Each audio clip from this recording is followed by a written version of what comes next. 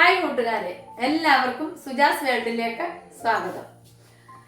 പിന്നെ എല്ലാവർക്കും എന്തുകൊണ്ട് വിശേഷം? സുഖമായിരിക്കുന്നല്ലോ. ഇവിടെ ഞാനും സുഖമായിട്ടിരിക്കുന്നു. അപ്പൊ ഞാൻ ഇന്ന് വന്നിരിക്കുന്നത് നമ്മുടെ ഈ പാവയ്ക്കൊക്കെ ഉണ്ടാക്കുന്നത് മെഴുക്ക് വരട്ടുമ്പോഴുണ്ടല്ലോ, അങ്ങനെ ആർക്കും വലിയ തൃപ്തിയൊന്നുമല്ല, കയ്പുള്ളത് കൊണ്ട്. അപ്പൊ ഇന്ന് ഞാൻ അതിനെക്കുറിച്ച് ചില ടിപ്സ് നിങ്ങളോട് പറഞ്ഞുതരാം. എങ്ങനെയാണ് കയ്പില്ലാതെ പാവയ്ക്ക മെഴുക്ക് വരട്ടാൻ പറ്റുന്നതെന്ന് ഞാൻ നിങ്ങൾക്ക് പറഞ്ഞുതരാം. അപ്പൊ ഞാനതൊന്നും ചെയ്യുന്നില്ല. കാരണം എന്താണെന്ന് വെച്ചാൽ ഇവിടെ കയ്പ് ഞങ്ങൾക്ക് താല്പര്യമുള്ളത് കൊണ്ട് ഞങ്ങൾ അങ്ങനെ ചെയ്യാറില്ല. പക്ഷെ ഞാൻ എൻ്റെ അറിവ് ഞാൻ നിങ്ങളിലേക്ക് ഷെയർ ചെയ്യുകയാണ്. അപ്പൊ നിങ്ങളതൊന്ന് ചെയ്ത് നോക്കിയിട്ട് എനിക്ക് എന്നെ അറിയിച്ചാൽ മതി. ഞാൻ പറഞ്ഞു തരുന്നത് നിങ്ങളൊന്ന് ട്രൈ ചെയ്ത് നോക്കുക. എന്നിട്ട് എനിക്ക് മെസ്സേജ് ഇടുക, എങ്ങനെ ഉണ്ടായിരുന്നു അത് വെച്ച് നോക്കിയിട്ടെന്ന്.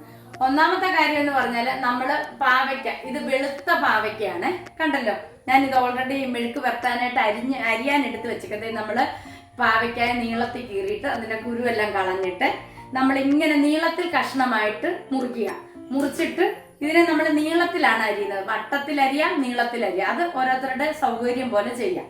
അപ്പൊ ഈ വെളുത്ത പാവയ്ക്കായിലെ കയ്പ് പോലും താല്പര്യമില്ലാത്തവർക്ക് എന്താ ചെയ്യേണ്ടതെന്ന് ചോദിച്ചാല്, നമ്മള് ഈ പുളി ഉണ്ടല്ലോ, ആ പുളി കുറച്ചു നേരം വെള്ളത്തിലിട്ടിട്ട് അതിന്റെ വെള്ളത്തിനകത്തോട്ട് ഈ പാവയ്ക്ക അരിഞ്ഞിട്ട് അതിലൊരു അരമണിക്കൂറോളം കുതിർത്ത് വെക്കണം. കുതിർത്ത് വെച്ചതിന് ശേഷം അത് നമ്മൾ ഒന്നി പുളിവെള്ളം അല്ലെങ്കിൽ വിനാഗിർ, ഇത് രണ്ടിലേതെങ്കിലും ഒരെണ്ണം എടുത്തിട്ട് വെള്ളം ഒഴിച്ചിട്ട് അതിനകത്ത് ഈ പാവയ്ക്ക മുങ്ങിക്കിടക്കുന്ന രീതിയിൽ, അരിഞ്ഞതിന് ശേഷം മുങ്ങിക്കിടക്കുന്ന രീതിയിൽ അത് അരമണിക്കൂർ വെച്ചേക്കുക.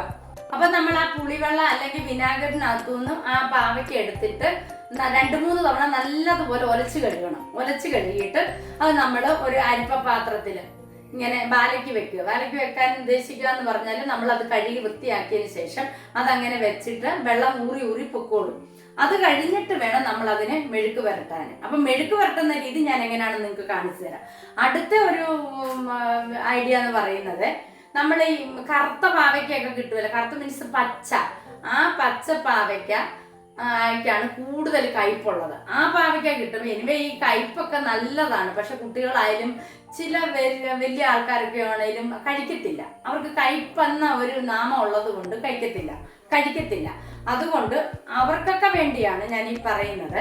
ഇപ്പൊ കയ്പാണെന്നും പറഞ്ഞ് പാവയ്ക്ക മേടിക്കാതിരിക്കുകയും വേണ്ട, വെക്കാതിരിക്കുകയും വേണ്ട. പിന്നെ ഈ പുളിവെള്ളത്തിലും വിനാഗറിലും ഒക്കെ ഞാൻ ഈ പറയുന്ന ഐഡിയ ചെയ്താൽ അതിന്റെ സത്തുകൾ മുഴുക്കൻ പോകും, അതിനൊരു മാറ്റവും ഇല്ല. അപ്പൊ ഇഷ്ടമില്ലാത്തവർക്ക് പാവയ്ക്ക കൂട്ടാൻ വേണ്ടിയുള്ള ഒരു ഐഡിയ ഞാൻ പറഞ്ഞിരുന്നത്. പിന്നെ ഇതല്ലാതെ വേറൊന്നുള്ളത് എന്താന്ന് ചോദിച്ചാൽ, നമ്മൾ ഈ പാവയ്ക്ക അരിയുക. എങ്ങനെയാണോ നമ്മൾ മെഴുക്ക് വരട്ടിക്ക് അരിയുന്നത് അതുപോലെ അരിഞ്ഞതിന് ശേഷം കഴുകരുത്. പാവയ്ക്ക അരിയുന്നതിന് മുൻപേ കഴുകരുത്. ഇങ്ങനെ ചെയ്യുമ്പോൾ കഴുകരുത്. എന്നിട്ട് പിന്നെ ഉപ്പിനകത്ത് നമ്മൾ നല്ലതുപോലെ അങ്ങോട്ട് ഞെരിടുക വെച്ചാൽ ഉടഞ്ഞു പോകരുത്.